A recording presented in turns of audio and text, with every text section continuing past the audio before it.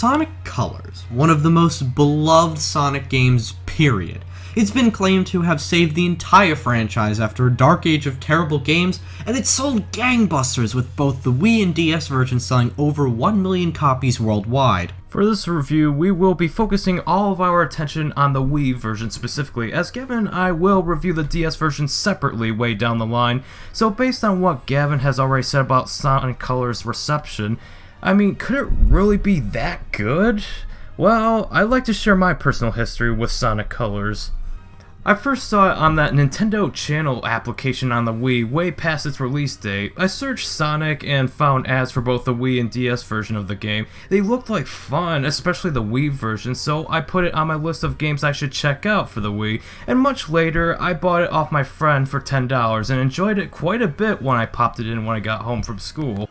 But it's been a while since I last played it. With you growing up with the Wii, what was your personal history with the game, Gavin? I remember being so freaking excited to play this game back in 2010. That year, I had finally caught up on all of the Sonic games I hadn't played, so I was ready for something new. Before that, I played all of the classics through the GameCube Sonic Mega and Gems collections, had loved and adored the likes of Sonic Adventure 1, 2, Heroes, and Shadow, and I got a 360 in 2008 with Sonic Unleashed. When I finally got my Wii in 2009, I played Secret Rings and Black Knight. So, yeah, I've had a long history with the franchise before Sonic Colors, but again, 2010 was the year that I had finally caught up with the franchise.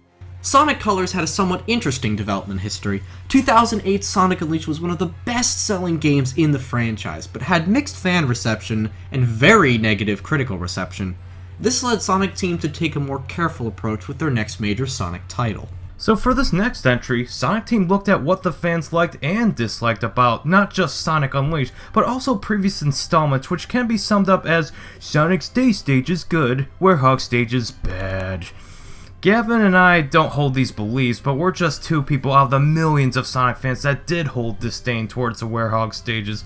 It did defy tradition established in the series. The reason we bring up the Werehog stages is because Sonic Team made it clear there would be no game-changing gimmicks this time. Sonic Team also wanted the game to have an interplanetary amusement park aesthetic to incorporate this game's variety of level themes.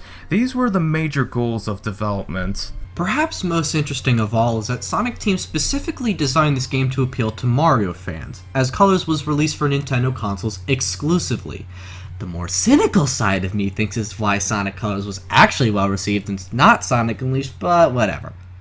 Alright, no more procrastinating about the story. Alright, you go ahead. The story of Sonic Colors is vastly different to everything that came before it.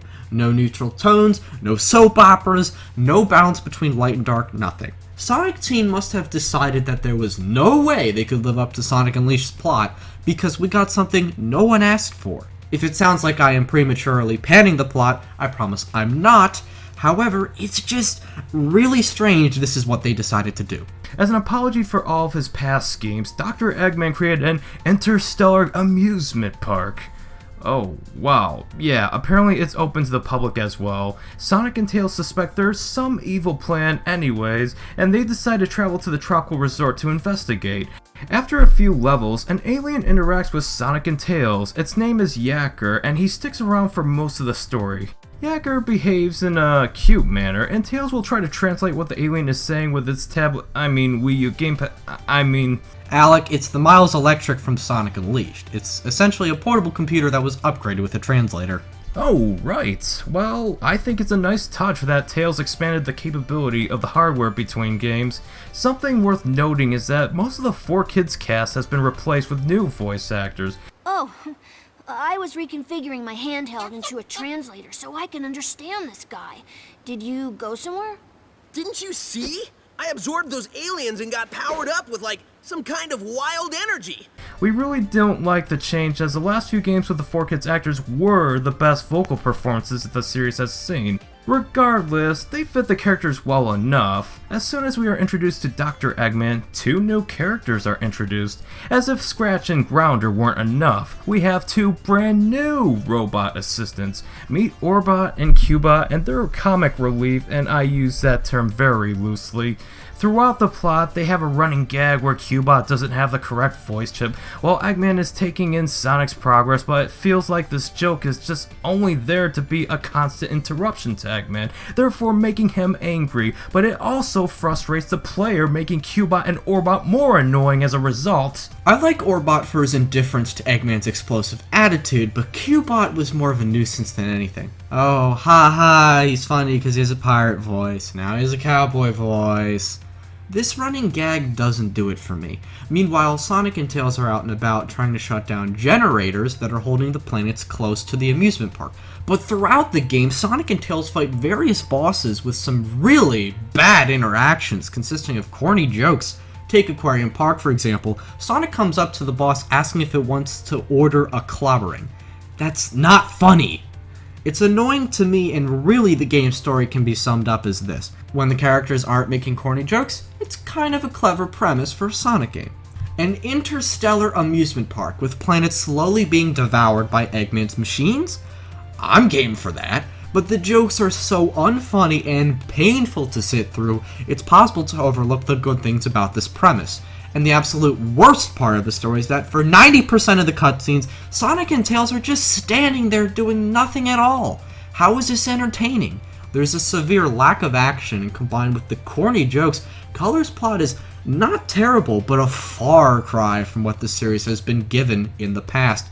The humor in the cutscenes can get a few laughs, but it's kind of cringy. I want you to get me a cheeseburger and a shake. Eggman says sarcastically. That would be funny if Cubot didn't ruin it with, "That'll be easier." That joke would have worked for me.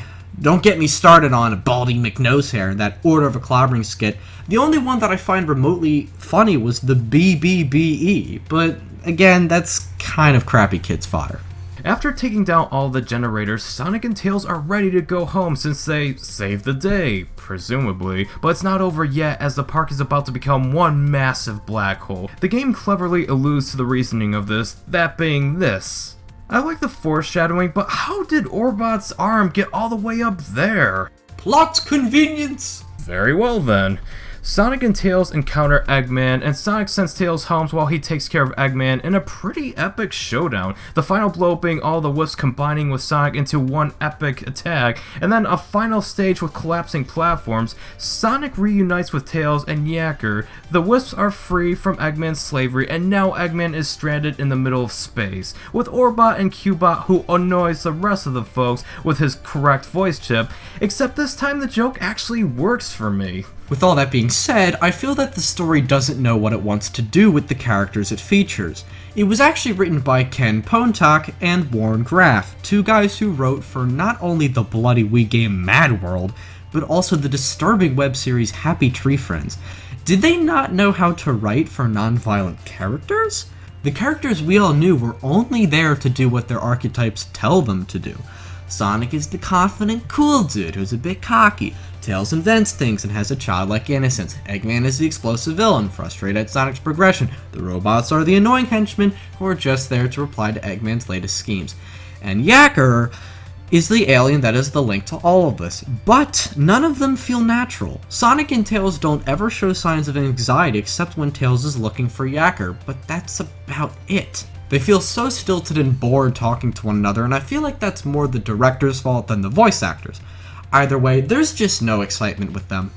In fact, I dare say Eggman was more entertaining than Sonic and Tails. Heck, he's probably the best written character in the entire game, since he's built this amusement park, kidnapped the Wisp, is legitimately angry when his plans are falling apart, albeit in a cartoonish way. Also, his PA announcements, barely heard in the game, are some of the funniest dialogue that can be found in the game. Eggman deals with the consequences with frustration, and at the end of the day seemed to do more for me than Sonic and Tails did in the entire game.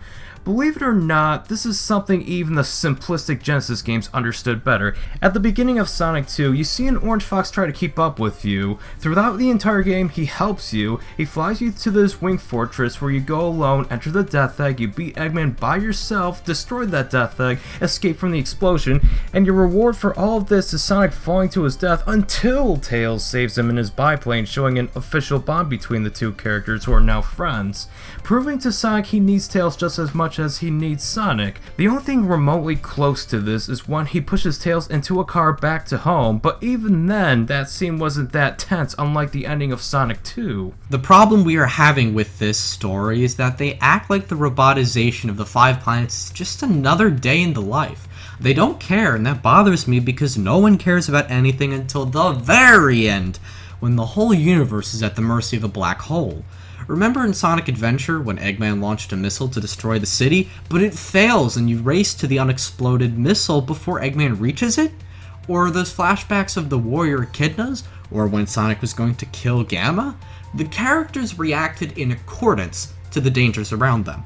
They at least experienced some worry about the worst case scenario throughout the entirety of that adventure. The same applies to other outstanding Sonic stories, such as Adventure 2, Unleashed, and Lost World. But there is some good that came out of it. Eggman is turning the Wisp into Nega Wisp just so he can mind control the world. We see him doing that with Tails in the cutscene before the third boss, but it didn't work on Tails.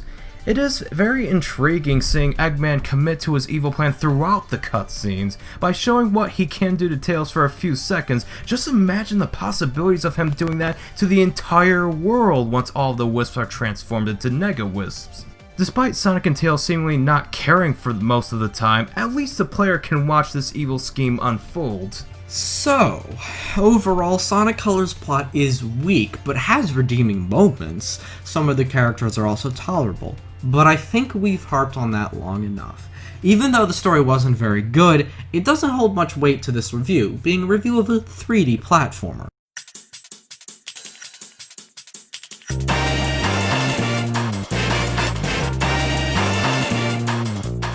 Sonic Colors manages to achieve a delicate balance between speed and platforming, more on the side of platforming. Some have claimed that Sonic Unleashed could be too fast at times, as this introduced the rather derogatory boost to win gameplay, as critics have called it, which is used to describe how collecting rings fills the boost meter, and with Sonic Colors continuing this boost meter mechanic, where you instead collect white wisps, this criticism is applied to Colors as well. Others have claimed that this makes the game too easy, since now you don't earn your speed anymore, but I beg to differ, honestly.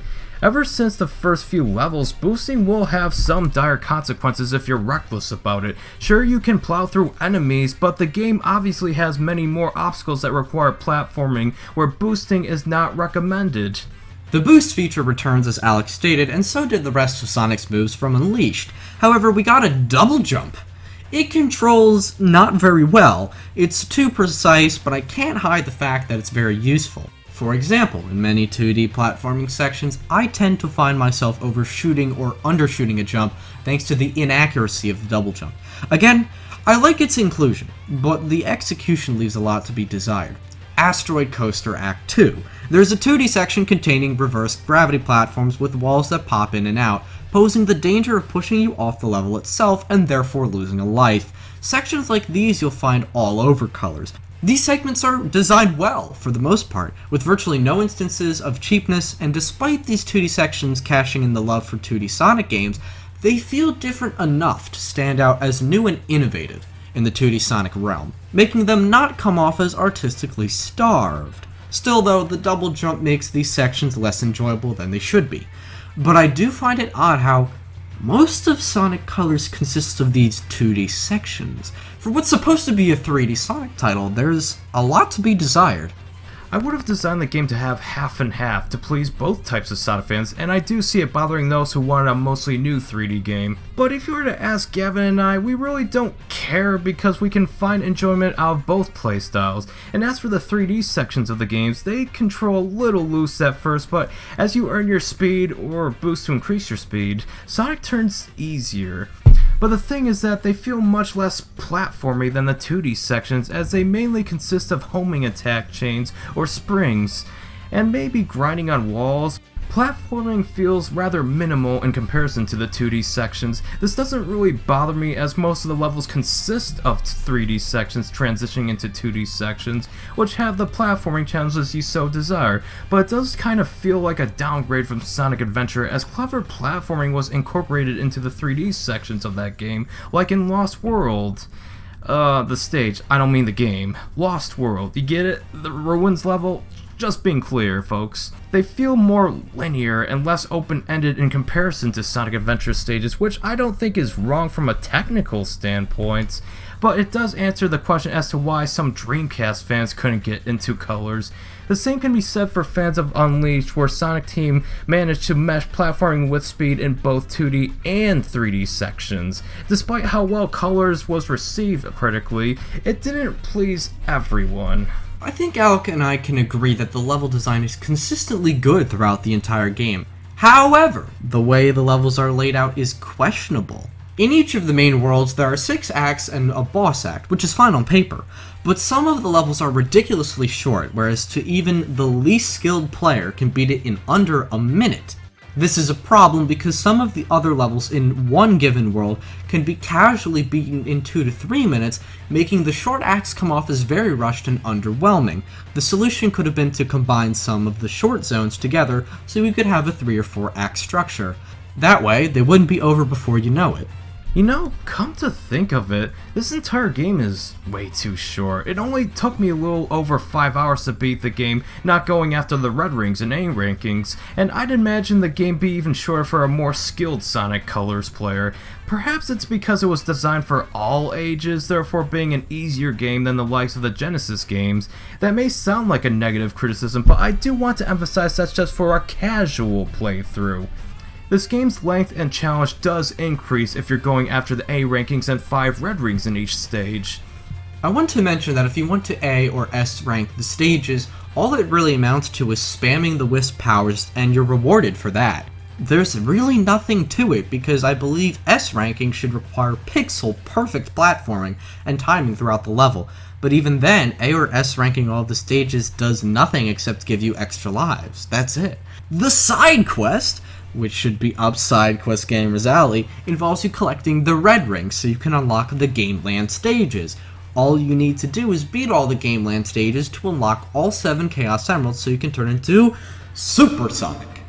While there's nothing technically wrong with Supersonic, I personally found Supersonic to be an interesting but take it or leave it kind of reward. The red rings are not that hard to get, not at all. The problem is how long it takes to do that. There are 36 red ring acts total, meaning you have to collect 180 red rings total, only to play these rather generic Game Land stages, and by the time you unlock Supersonic, there's nothing to do except maybe play the Terminal Velocity / Final Boss stages if you haven't already, or maybe use Supersonic to get better stage rankings. Either way, it feels like by the time you unlock this cool reward, there's nothing to do with Supersonic. I would have preferred the Sonic 3 and Knuckles route, where if you get all 7 Chaos Emeralds and the additional 7 Super Emeralds, you may have a few acts, if not zones, to plow through as your reward for doing so. It's definitely a lot better than the Advanced Trilogy and Adventure games that only allowed you to play as Supersonic on the final boss stage after collecting the Chaos Emeralds, but it's still not perfect.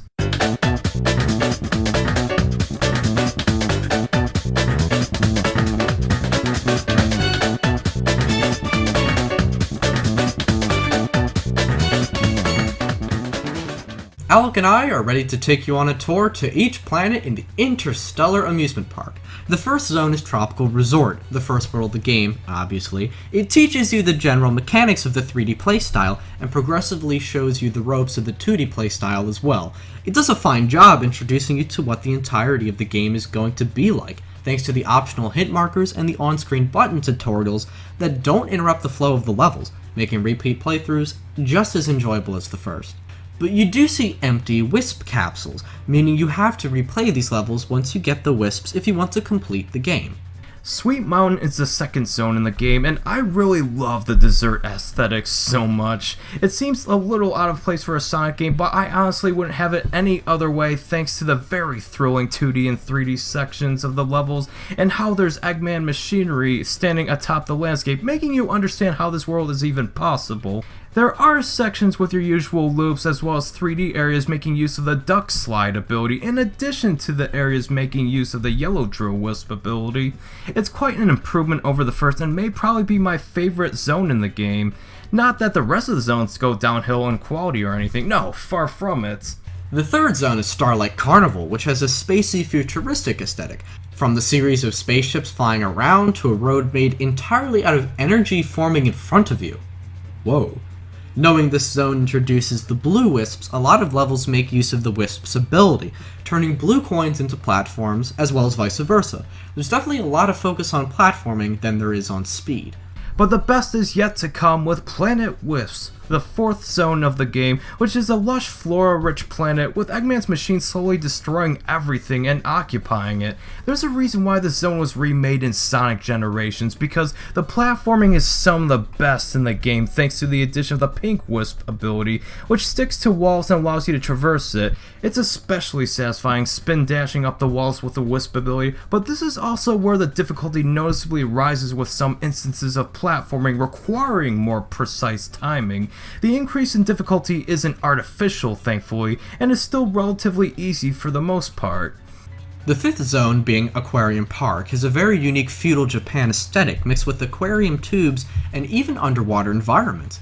And yes, you will have to go underwater, which is a curse word among the Sonic community, as water levels are often despised, but thanks to the wisp abilities like the yellow drill wisps as well as the boost, and the fact that you can jump infinitely, you don't even have to spend that much time underwater.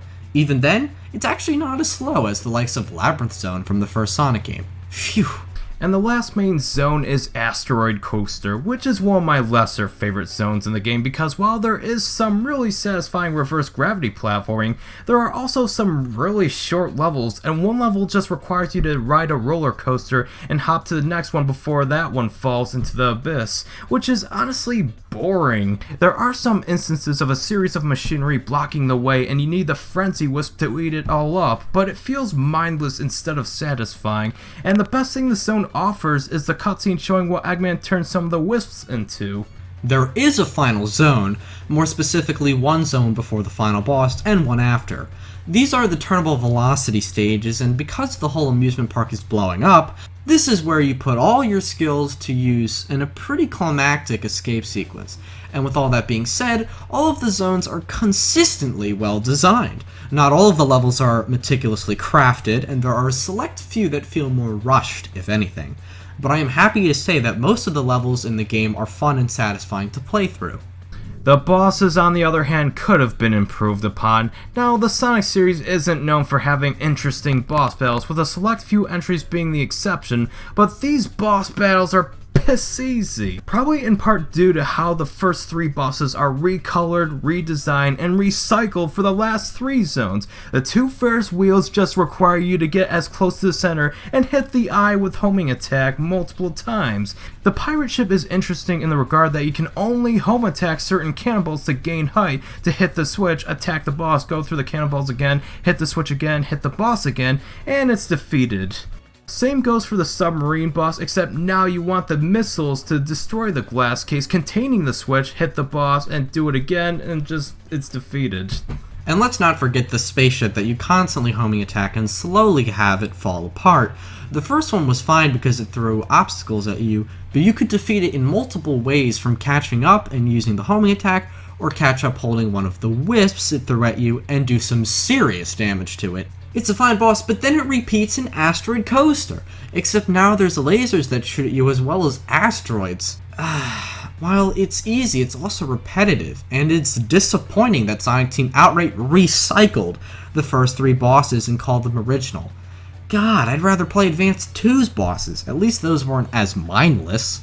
Well, Gavin, I agree, but I will say the final boss against the Nega Wisp armor was epic, and a well-executed fight as it threw in obstacles powered by the different colored wisps, making the battle always interesting and especially fun to fight. This is by far the best final boss in any Sonic game I've played for that very reason. I don't agree. Well, it may not be the hardest final boss, but it doesn't rely on cheap attacks nor does it hold your hand. It telegraphs its attacks very well with visual visual cues like the color of the Dark Wisp robot's back canisters before its attack. Little things like that definitely show thought was put into this particular boss battle. True, but that doesn't excuse how underwhelming all of the bosses are. You go through all 6 acts anticipating the challenge of a lifetime, and you get a really easy boss that doesn't even complement the difficulty of the stages preceding it. That might be a slight exaggeration, but that is not how you should end off the zone.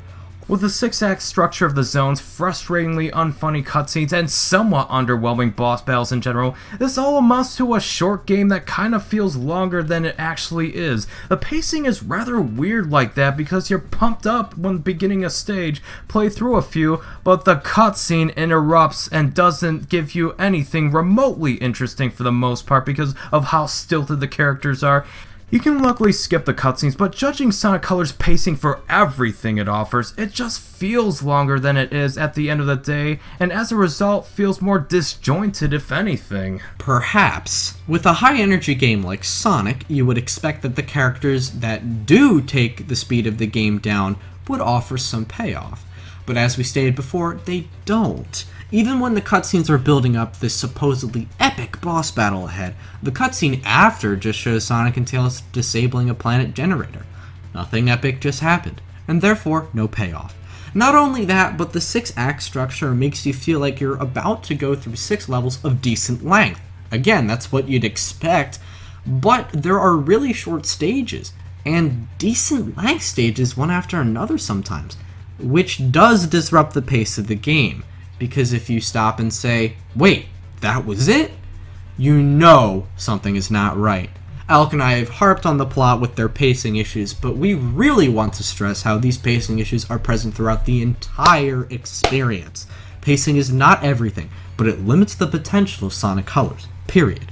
This is what I think preceding games like the Genesis games and the Advanced Trilogy do much better. There are only as many levels as the game needed, whether it be a 2 or 3 act structure, with a 2nd or 3rd act having a boss battle at the end of it. You feel like it started and ended at the right place. In Sonic Advance 2, at least Sonic interacted with the characters in a way that didn't interrupt the flow while moving the story along. That is good pacing, and something Sonic Colors should have grasped a little better. I wouldn't mind it if they combined a few of the stages and added more zones, maybe fix up the cutscenes to make them worthwhile, and there, that would be a finely paced Sonic game, while not making it too short.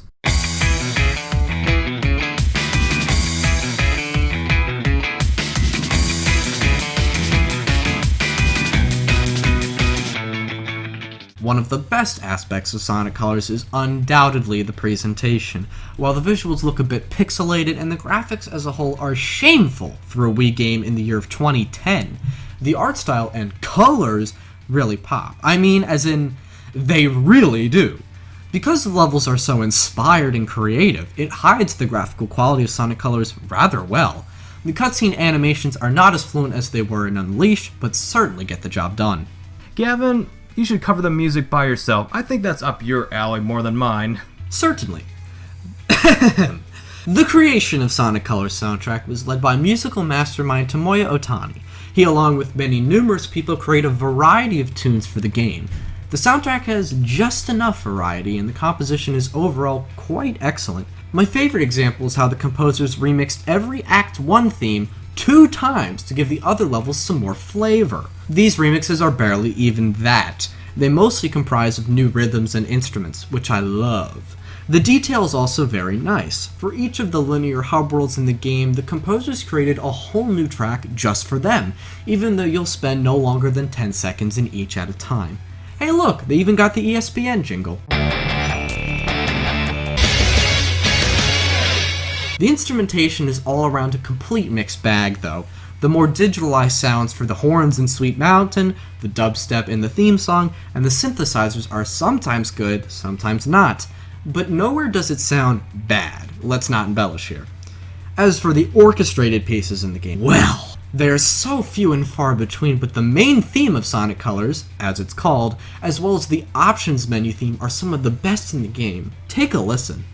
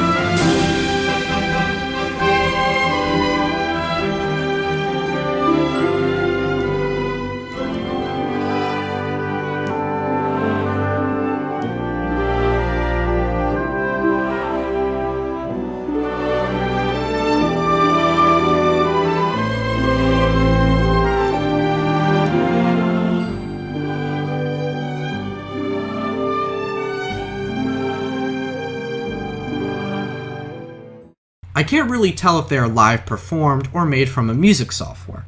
I know what you're saying, Gavin, come on, all you need to do is listen and you can tell if the music piece was live performed or not. Well, I used to say that myself, but for the longest time I insisted that Arid Sand's Night was live performed because of the sax solo.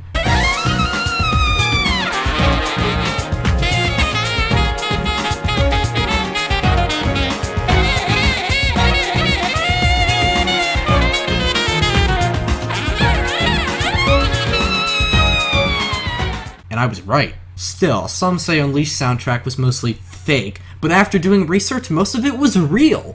The same can sadly not be said for Color's soundtrack, but does it really matter if the pieces sound nice anyway? Not really. Anyways, the instrumentation may not be the best, but Colors has one hell of a soundtrack, composition-wise.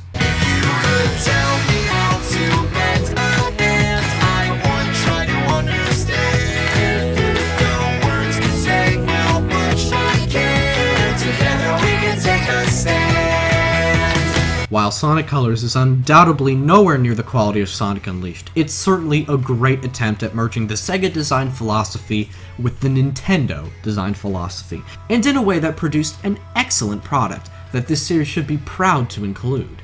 It's not flawless, as the story and pacing as well as overall content are borderline destructive issues.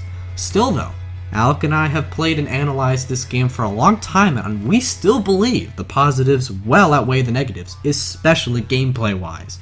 Absolutely, Gavin. The gameplay is refined from Unleashed, the whiffs are well implemented and are fun to use, and you have some fantastic presentation all around. Something worth noting is that for as little content as Sonic Colors offers, it's still extremely replayable thanks to the Egg Shuttle, where you can marathon every stage with no interruption, almost like a classic Sonic game. And something neither of us have mentioned is that Sonic Colors is filled to the brim with charm. When you feel that developers were having fun making the product you're playing, it will undoubtedly improve your experience as a whole. The charm factor even makes the story's more lame moments actually enjoyable. And with this analysis over, it's time to accurately recommend Colors. It's certainly a flawed game, but it's extremely appealing to a wide range of people thanks to its more Nintendo-like design. You can find the Wii version of Sonic Colors for dirt cheap. If your local store doesn't have a copy, you'll spend no more than $10 for a new copy on Amazon.